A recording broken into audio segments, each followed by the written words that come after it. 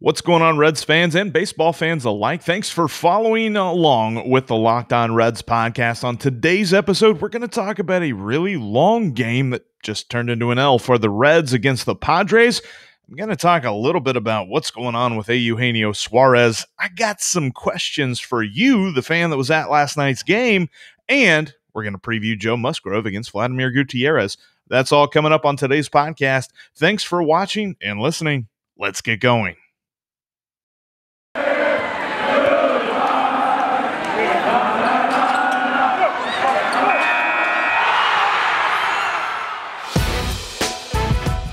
It's the Locked On Podcast Network, your team every day.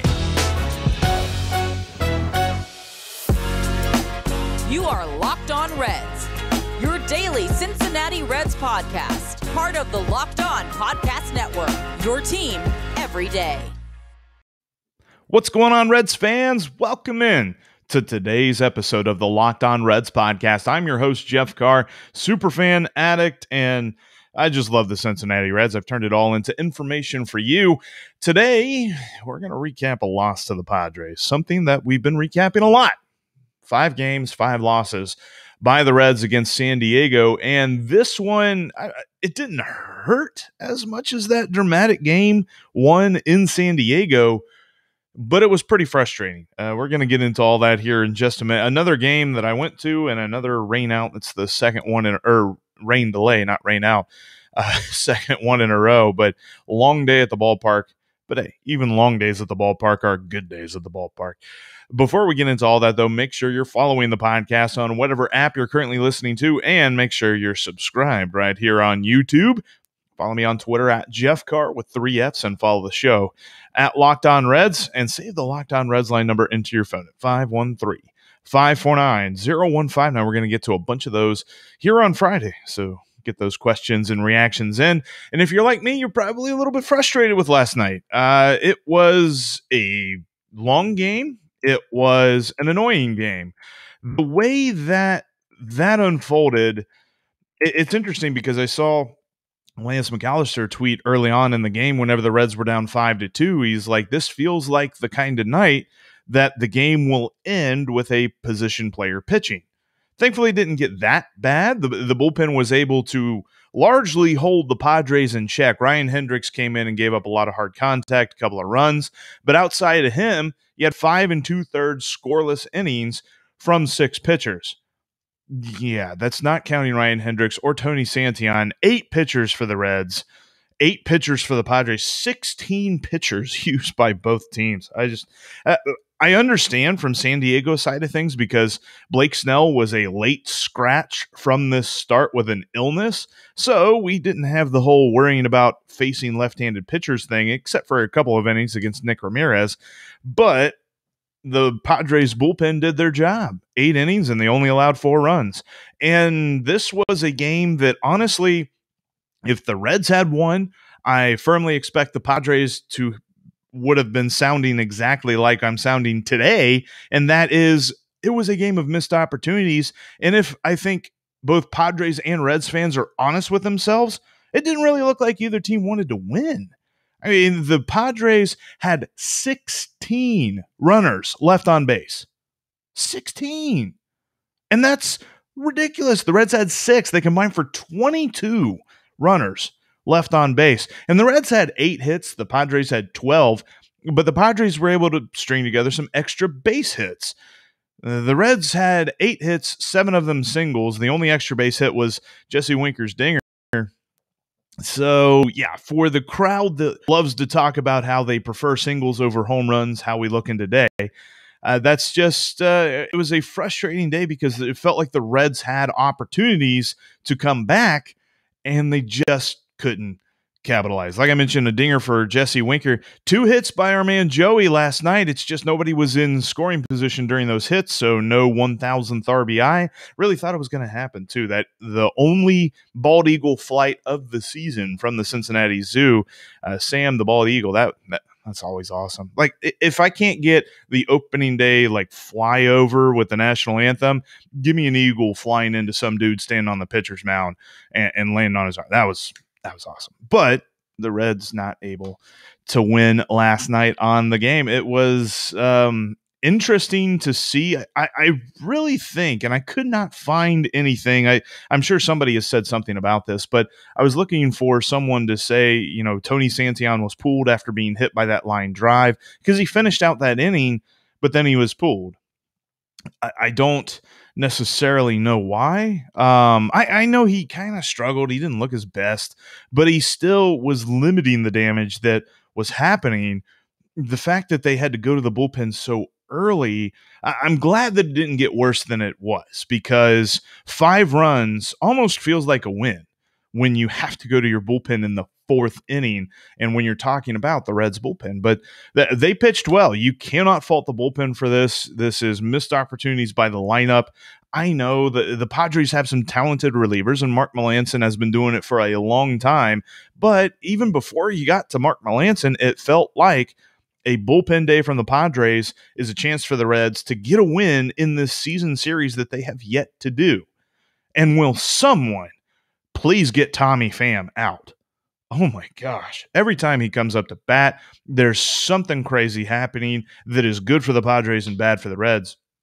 Just we'll talk more about that here in a minute. But overall, last night, let's see, had to get a burger, so that was good.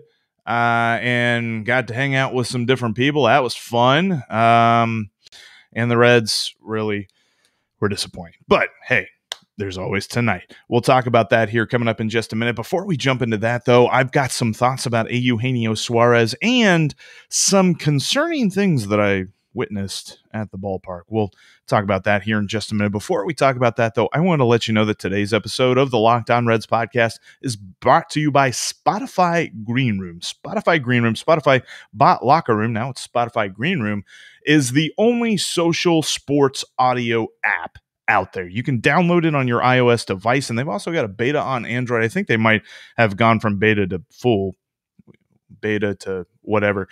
Yeah, it works. Check it out today, the Spotify Green Room app. You can create a profile, link your Twitter to it, and you can follow me at Jeff Carr with 3 Fs on the Spotify Green Room app to get notified when I go live. I'm going to be going live here next week to talk some Reds with you. So make sure that you create that profile and get in there. I kind of talk about Spotify Green Room like it is the only conference call that you actually want to be on, because we're going to be talking Reds. You can also join all kinds of other rooms, whether they be other teams or whether they be other leagues, NBA, NFL, all kinds of stuff they've got going on there. Check it out today, the Spotify Green Room app.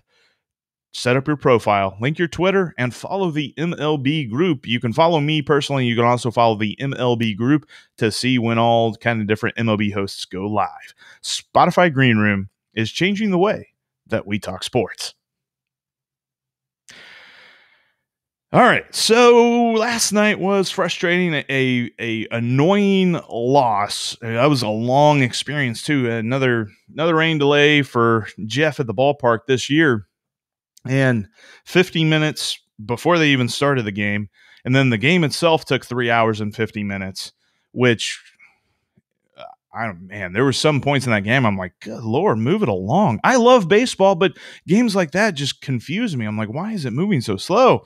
But a lot of that had to do with long counts. You had a lot of guys getting deep into the count, and then you had guys walking, you had guys hitting singles but not going anywhere. It was just frustrating to see from the Reds' point of view. And like I mentioned in the first segment, if the Padres had lost that game, they'd be feeling the same way too. In fact, they're probably kind of like, at least we got a win in that one. That was too long of a game to not get a win. But the interesting thing that I noticed when I was there at the ballpark were trends amongst the fans. Now, in the middle of the game, whenever the Reds were building a rally and things like that, things were popping. It was fun. People were getting into it. There was the MVP chant for Nick Castellanos. I love that. That was great. One thing I wasn't really sure about, and I think we need to stop because we look stupid doing it. Why are we chanting overrated whenever Fernando Tatis comes up to the plate? This dude is probably the favorite to win the NL MVP right now. I mean, it's between like him and Jacob deGrom and Ronald Acuna and Nick Castellanos. But I'd probably put him up there at the top. and he's got an OPS over 1,000. That's not overrated. And we're also talking about a dude who, I mean, if fans got to be honest, he is the face of baseball now. And if you don't think that, then you probably just got some kind of weird vendetta against him, which I don't know why you would. He doesn't seem like the kind of personality that would have lovers and haters. Now I get, okay, look, he is a visiting player and he's good. So boo him. That's fine. I don't mind booing. Booing is all right. In fact, there's some players that really love getting booed. Nick Castellanos loves getting booed by Cardinals fans. But chanting overrated it makes us look bad as fans. Like if a Orioles fan or if a Padres fan or just a fan of a different team tuned into that game and was watching a stadium full of people chanting overrated to Fernando Tatis, they'd be like, what's in the water in Cincinnati? What are you guys smoking over there? Like, there's no way that Fernando Tatis is overrated. I'm just that needs to stop. Need to get rid of that immediately tonight. And I know they're only here for 2 more games, but seriously, it's a bad look. The other thing that really got to me was later on in the game. This one perplexed me. It's the 8th inning. The Reds are up to bat. They're down by 1. Rally time. Let's go. Crickets. I mean, everyone was so quiet. We're trying to get some folks going, trying to get some noise going, trying to get the guys rolling, and it sounded like a library. I don't get that at all. Look, if you want to say, well, Jeff, the ownership really hasn't inspired Reds fans by spending money on this roster this year, and there are needs with this roster, and they haven't addressed them and things like that, that's all well and good. But in the moment, in the 8th inning, Tuesday night, July 29th, when the Reds were down 5-4 against the San Diego Padres, and we had the top of the lineup hitting, it was go, yeah, go, come on. Oh, okay. It was a ball. All right. Next pitch. Come on. Ooh, okay, strike. Yeah. It was like we were at a golf match. We're at a baseball game. We are baseball fans. We are Reds fans. The Reds are up to bat. They're trying to come back. They're 1 run down. And we're just sitting there quietly like, hope he gets a hit. Man, hope we get a run here. And if we get a run, I hope the bullpen can do it. Like, who has, why is there so much anxiety in Reds country? I get it. We haven't been that successful like for my entire life, but when we've got a good team out on the field as Reds fans, we need to be backing them. We need to be behind them. I'm that loud when I'm at home. My neighbors hate that. But why on earth are you at the ballpark and you acting as if you don't want to wake the neighbors? Cheer. Have fun. 8th and 9th inning last night, it was way too quiet in the ballpark. In fact, there wasn't even a woo going on. Like there's not even a woo. I don't get it. That annoyed me because it's an easy apples to apples comparison when you look at the fact that the Reds were in San Diego and San Diego fans are bumping, they're ready to go. And if it's really all about how much money is spent on the roster, and it's like a direct correlation of how much money spent on the roster to how loud the fans are, I'm a little bit concerned for how that's going to look the rest of the season. All right. Let's talk about something else that was concerning, and I'm not calling out any fans on this one. We got to look at Eugenio Suarez because he's not looking good. We keep talking about, oh man, I think he's turning around. I think he's figuring it out. He's looking good at the plate. He's seeing better pitches. He's doing this. He's doing that. Is he going to get above the Mendoza line by the end of the year? I had somebody text me that the other day. My buddy Dave, he was just like, I don't think he's going to get above the Mendoza line all year long. And a buddy that I was at, I was with Austin Elmore, producer for Cincy 360, at the game last night, and he asked me this, and I didn't have an answer for him. He said, whenever Suarez does bad, why don't we boo him and let him know? And I know that there are some fans that have this mentality, and I'm kind of in between. Like, you don't boo your home guys at home. I know Yankees fans don't have that mentality, but some fans do think that way. But honestly, we are looking at the dude who 2 years ago was the easy pick for the face of the franchise, the easy pick for the star player of the Cincinnati Reds. And now he's anything but. And I know some people were annoyed with how he fielded that bouncing ball down the third base line last night. That was a foul ball, but the third base umpire errantly called it fair. And Suarez fielded it like he knew it was foul. You know, he just kind of looked it into the glove and didn't really continue on with the play, but the umpire called it fair. So you can argue one way, like, okay, he should still finish the play no matter what. There's a lot of guys that do that. But on the other end of the spectrum, if you're right there like he was and you saw it bounce on the other side of the line, on the foul side of the foul line, and you saw it go over the bag, foul, I mean, that was obviously a foul ball, and you can't review it, which is ridiculous. Like, if you could, you should go all or nothing with review. You should be able to review it, or you should just get rid of video review, period. Anyway, that's a whole nother segment. But when it came to that play, I wasn't like super mad at Suarez for that because I saw what he was seeing. He saw a foul ball. But at the plate last night, he was lost. Golden Sombrero is striking out ridiculous amount, like 30% on the season. I was looking on Baseball Savant for anything, any positive sign for our man Gino. And he's got a good percentage of barrels, but that's about it. Average exit velocity, way down. Expected weighted on base average, way down. Hard hit percentage, way down. His expected batting average of 205, which is better than 173, but not by much, is in the bottom 4% of the league. And his strikeout percentage of, like I mentioned, 30.9 is in the bottom 7% of the league. And he's just not walking 8.8% of the time. I mean, you look at, you try to break it down and you look for anything you can find on Suarez. His line drive percentage is down when it comes to the balls that he actually makes contact with. He has a 19.7% line drive percentage, which is 6% below league average. It's 7% below his career average. He's just not making good contact. And the pitches that dominate him, I mean, he's not hitting well against fastballs, but he's definitely hitting better against those than any other pitch. Breaking pitches and off-speed pitches just absolutely fool him. He has 9 extra base hits total.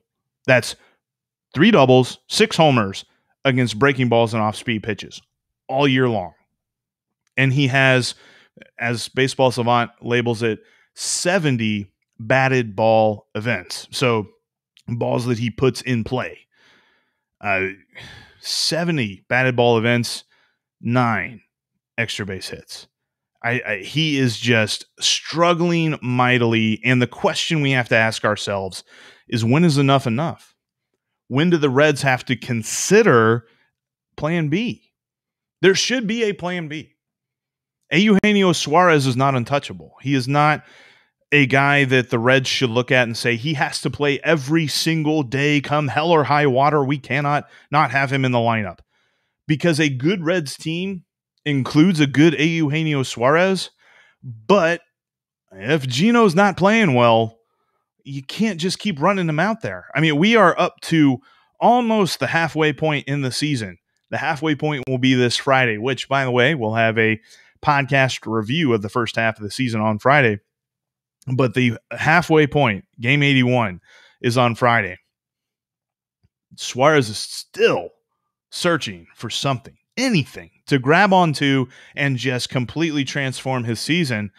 But he's still hitting in the 170s, and he just looks lost at the plate. And his on-base percentage isn't like, it's funny to note because he's in the top 3 in American League catchers, but Yasmani Grandal is hitting, his batting average is below 200, and his on-base percentage is almost 400. It's an insane split of how well Yasmani Grandal can get on base, even though he has a low batting average. Eugenio Suarez doesn't do either. He doesn't hit and he doesn't walk. He strikes out a lot. If you take away the name and you take away the face, because everybody knows that Gino is a cool dude. Everybody knows that Gino is awesome, super nice, the kind of guy that you want to root for. But just because you're a nice guy does not mean that your performance is moot. Does not mean that we can ignore golden sombreros and a 30% strikeout rate. Something there should at least be working on a plan B and not just hoping that Eugenio Suarez figures it out, because we're kind of getting to the point in the season where it looks like it's literally blind hope is the only reason why he is still in the lineup. And I really want him to figure it out. But right now, he just looks like the performance that we all want from him is the moon. And you got to be honest with yourself about that if you're the Reds and David Bell and Nick Krall, and what are you going to do about that? So we'll see what they do. Hopefully, it's not just sitting on their hands and hoping for improvement. All right, coming up here, we are going to preview tonight's matchup. We have another start from Vladimir Gutierrez going up on the mound against Joe Musgrove. We're going to talk about that here in just a minute. Before we jump into that, though, I want to let you know, I've been talking about Built Bar for a long time now, and if you haven't checked it out, you've got to do it. Go to BuiltBar.com, use the promo code LOCKED15 to save 15% off your next order. Built Bar will transform your snack game. It's not something I can keep in the house for very long. Like, you can get some kind of like bag of potato chips or something like that. It's going to last a little while. Built Bars go like that, man. 100% real chocolate, and the stats don't lie. 130 calories, less than 4 grams of sugar, and 4 grams of net carbs, and up to 18 grams of protein in some bars. And they've got amazing flavors too. I always talk about my favorite cherry barcia, but they've got peanut butter brownie, they got coconut, they've got raspberry, they've got all kinds of great flavors, and they're always rotating in limited flavors all the time. You've got to check them out at BuiltBar.com and use the promo code LOCKED15 to save 15% off your next order. And also check out betonline.ag. If you're like me, you love all sports and you've got a good knowledge of sports. I mean, honestly, other than food and Star Wars, I don't know exactly what I know in life, but I know sports. And if you're like that, check out betonline.ag. Set up your profile today. Use the promo code LOCKEDON to get 50% added onto your initial deposit. That way you can start making some money off that sports knowledge. You can check out lines for the MLB. You can check out lines for the NBA playoffs, NHL playoffs. They've got MMA, boxing, all that good stuff. If you want to bet on a reality TV show, you definitely can. BetOnline.ag has all of that stuff. And from time to time, when I see a tip that I really want to give out, that I feel really strongly about, I'll pass that along.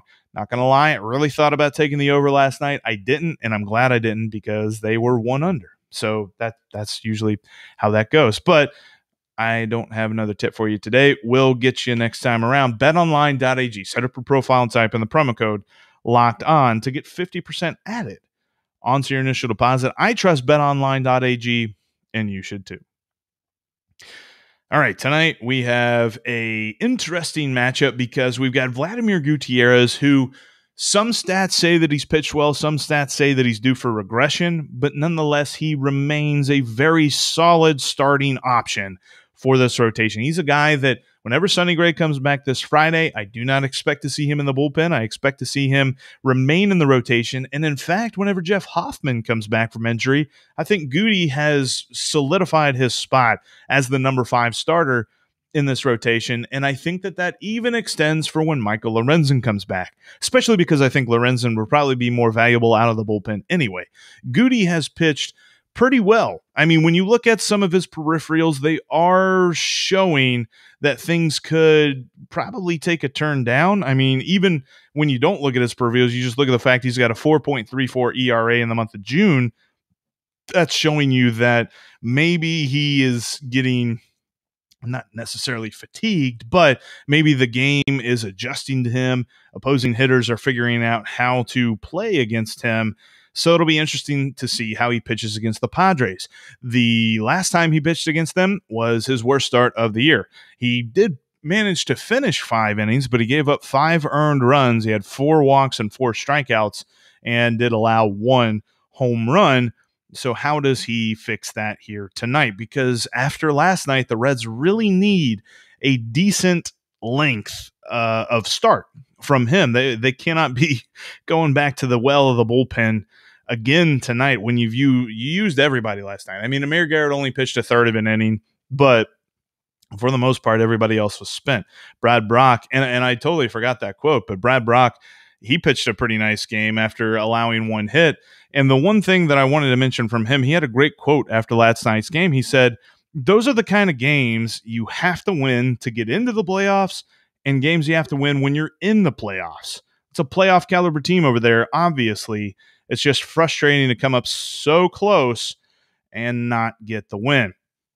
It's, I mean, every single game, it feels like, except for that one Saturday game where they won 8-2, the Reds have been close to beating the Padres, and they just can't quite get there. It's like they're that much between them and the Padres, but it's just enough that they cannot overcome it. So let's see if they can tonight with Goody on the mound.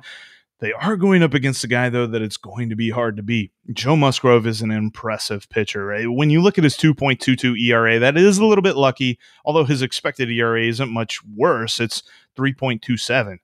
He is just phenomenal, and he's not a guy who relies on his fastball. In fact, when the Reds see whether it's his four-seam fastball or his cut fastball, that's the pitch they need to get up on, because those are the two pitches that are his weakness. His cutter, he's allowing a 283 batting average against, and according to Baseball Savant, even that's lucky. He should be allowing like a 300 batting average against his cutter and a 260 batting average against his four-seamer.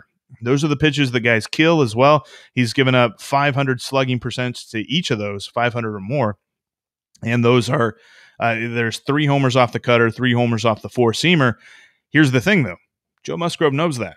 He throws his slider and his curveball much more than he throws his fastballs, and his slider and his curveball are deadly. He has a batting average against his slider of 109 and 54 strikeouts with the slider. I mean, that's phenomenal. He's given up 12 hits, and he's struck out. That's not a word. He's struck out 54 batters with it. He is going to be interesting to watch tonight. I love watching him pitch, and if I were a Pirates fan, I'd just be kicking myself about how they got rid of him for. I mean, maybe those prospects do pan out for something, but for right now, it's nothing. And when I look at his performances, and especially after the night that the Padres just had using 8 pitchers, just like the Reds, this is the guy that you want on the mound, because Joe Musgrove's going to eat up innings for this team, and they're going to be good innings. They're not going to be, 4 or 5 run innings.